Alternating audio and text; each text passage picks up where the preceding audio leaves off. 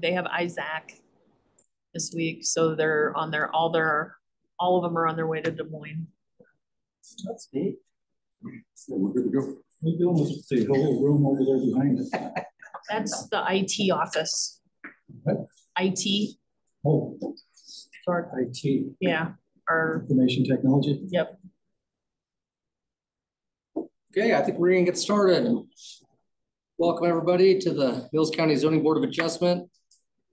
Today is August 20th at 6:30. Can I get a roll call, please? Pat Collins. Here. Ted Golka. Here. Roy Like. Here. Jennifer Warren. Here. Heather Gentleman. Here. Thank you. Can I get a review and action approval of the current meeting agenda? Motion to approve. Can I get a second? I'll second.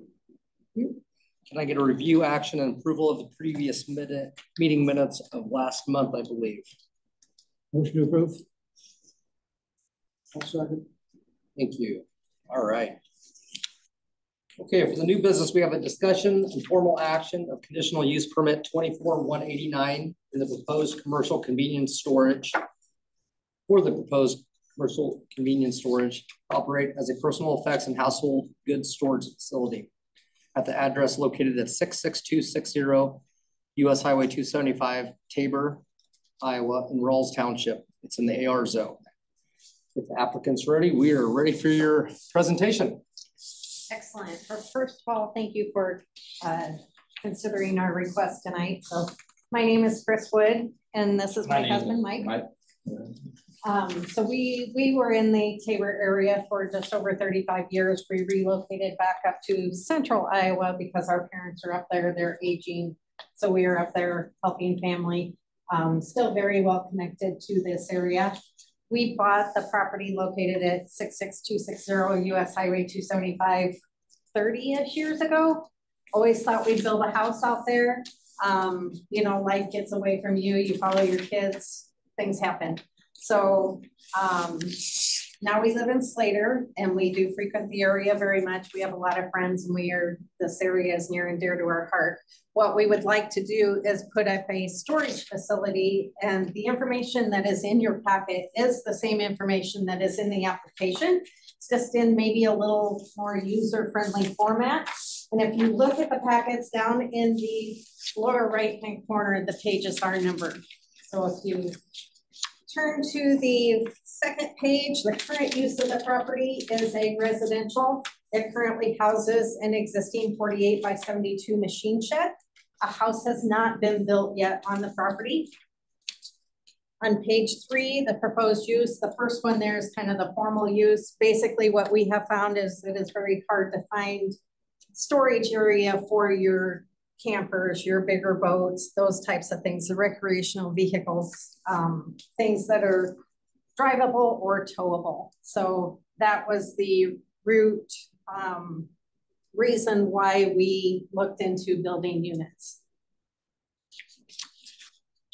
Moving on to page 4, this is the property that we're looking at, and this is a view from the south. And if you look real closely, you can see that our pins are in place from the original survey. So the pins still exist and we have white PVC pipe marking where those pins are. So we have a good idea where the setbacks should be and what the setbacks are. We did, when we laid all of this out, we considered commercial setbacks because we didn't want to get down the road, and if something ever were to change with the property, we didn't want to be outside and have to be grandfathered and something happens and you have to rebuild within compliance, that type of thing. On page 5, you'll see the south side of the property, and it kind of gives you an idea of where the neighbor is to the south. That is ag residential. That property, the back side of the house faces south. So the back side there is what has the view of our property. On page 6, that's the north side of the property. And you'll see that you can kind of see where our pins are at on that one. And bordering on the north side is crop ground. And then page 7, that just shows you the crop ground that is located between this property and the neighbor to the north. And page 8, that is the proposed building area. So I'm going to spend a little bit of time on page 9. The first building that is being proposed is the new building number 1, and you'll see that it is in kind of an orange gold color. The existing building sits right to the left of it.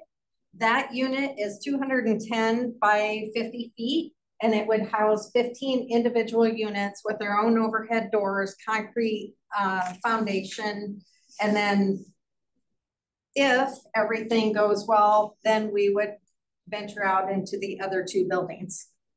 But you'll notice that the setbacks with the existing building even were set to commercial setbacks. So building number 1, again, is 50 feet deep, or I'm sorry, 50 feet wide.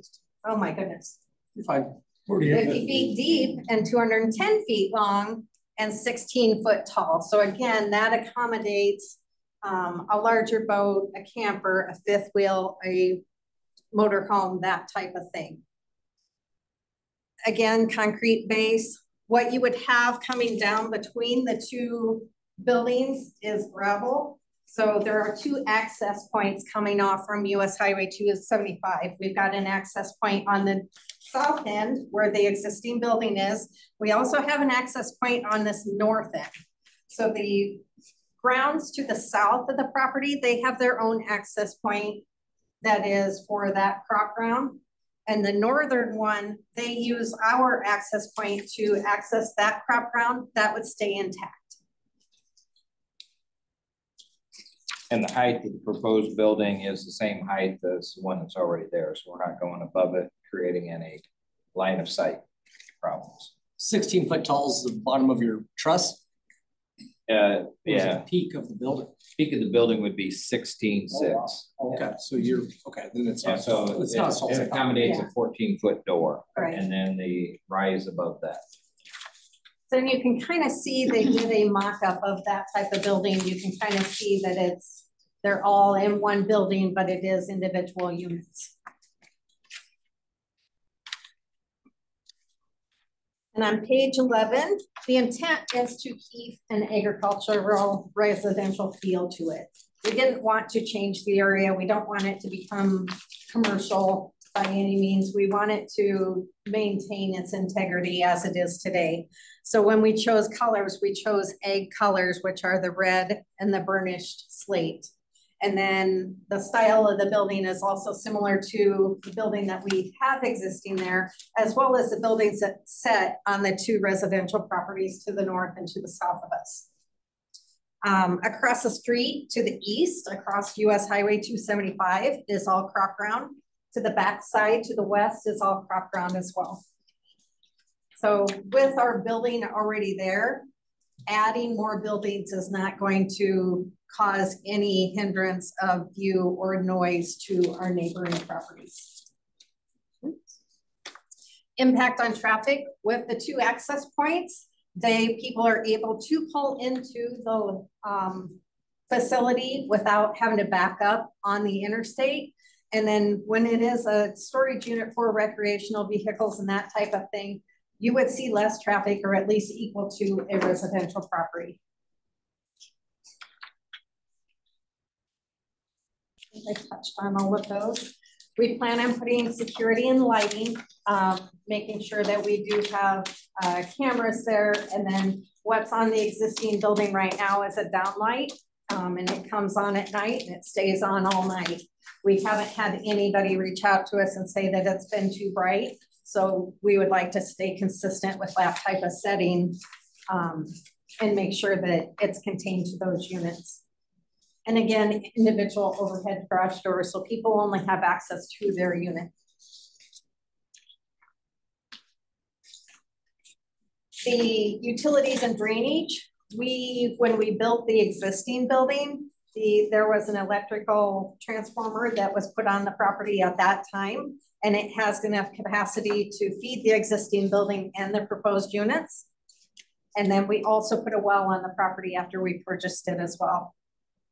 This property, as you noted, was in the Rawls Township Drainage District, which everything then is to drain towards the ditches in the front of the property along US Highway 275. On the back side, on the west side, there is a farm pond back down in there, and that farm ground drains down into that farm pond. Any questions we can answer for you, or is there anything that I missed that you would like more information on? You've done a great job. You waiting for all this public comment coming at you. Which I think shows a good sign. You guys evidently are good neighbors. The one neighbor said you're, what would it be to your north? South would be the closest. Yeah, south would be the closest. So they're not. And then right here. And north is across a large cornfield yeah. and actually has a valley to it too. So not very close at all. was there any? Yes. And there was no written comment. No written comment. Okay, well, thank you for your presentation. We're going to move right into staff report. So on the staff report for you, I listed out number 1 was the convenience storage, and then number 2 was the vehicle storage portion of this. And I had several conversations with the Woods kind of leading up to this on that convenience storage versus the vehicle storage aspect of it, because if you rent this bay like this, you know, how would you keep somebody from just putting things in it versus parking a camper or an RV, stuff like that? Don't really, it's a little bit hard to differentiate that between the code, because you've rented them a unit, they're parking something in it. It's not like you're going in and out of the unit to see what's in it. So that was kind of part of our challenge on this, looking at it. But at the end of the day, what is allowable as a conditional use on that property is for the vehicle storage aspect of it. And I do believe that that's what the commission can approve, and or the Board of Adjustment that you could approve for it. And that is our recommendation, is to approve the applicant for conditional use on the vehicle storage with the following conditions on it. And there's only 2 this go around, which number 1 would be is that the applicant obtain building permits from the county for any modifications or new buildings on the property. And that number 2, that the applicant would construct a site obscuring fence. You know, originally on the staff report you have, because I wasn't quite sure the directions of this, I wrote 3 different sides on it, right? But it would be for that south side of the property for the area to be used. And that's based on the following findings of fact. And that is that the subject property is located in a Class AR Ag Residential District. The zoning ordinance adopted in conjunction with the land use plan stipulates that vehicle storage is a permitted conditional use in that district. Okay, thank you. Is there any plans for outdoor storage here? We're shying away from that because we don't want it to look dumpy, so to say. We'd like it to stay clean and respectable. So once we decide on the conditional use permit, what would keep it from ever not being, if they sold the property to where it would allow a vehicle storage outside? You could stipulate that as a condition. That would be the only thing. Without that condition, they probably could do that. Without that condition, they definitely could. How about the construct a site obscuring fence? Is that just a condition you think is good, or is that something that's required with this stuff? It is some, in the time that I've been doing this, when you have these neighboring properties like that, it just goes along as a condition to activities like this, where there's a potential for a boat to get parked outside or something to be seen, just to have like the dollar store or Dollar General had to do. Right. Could it be landscape screening also? Or would you rather have a fence?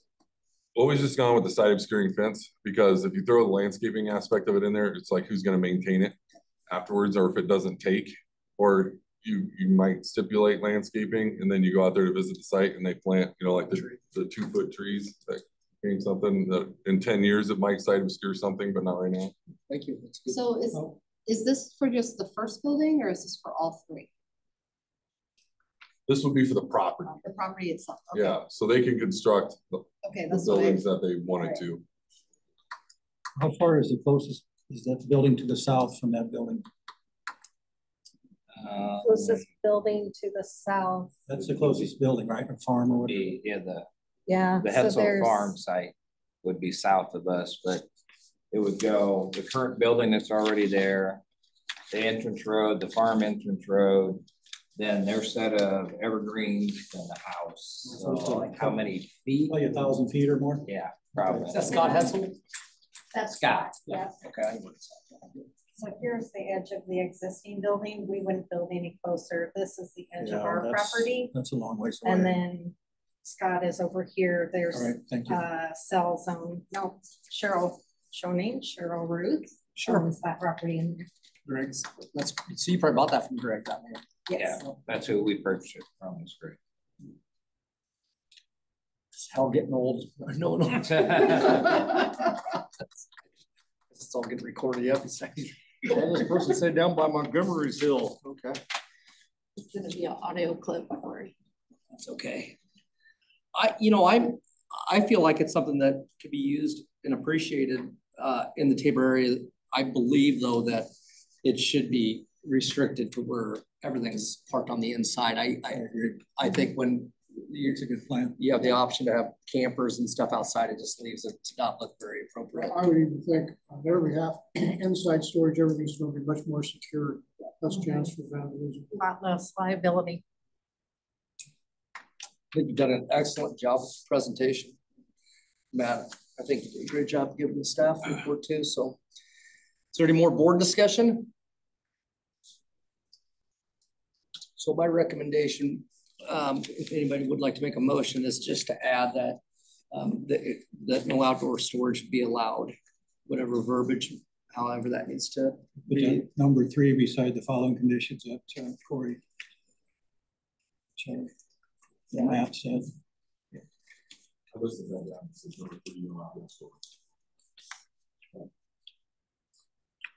Good. Okay. Okay, can I make a motion? Oh, go ahead. Go ahead. I'll make a motion to approve with the 3 conditions, number 1 and 2 by Matt, number 3, no outside storage. We have a motion. Do we have a second? Second. Okay, we have a Ted motion usually does. by Pat and a second by Jenny. Can I get a roll call, please? Pat, Yes. Jenny, Yes. Ted, Yes. Corey, Yes. Heather. Yes. All right, thank you, guys. Can I ask a clarifying question? Yes. So I know the building permits, that's customary, that's easy. The fence to the south side, so it would be it would not allow viewing through there. So in my brain then it's like a wood fence and what type of height? 6 foot, it could either be wood or a chain link with slats in it.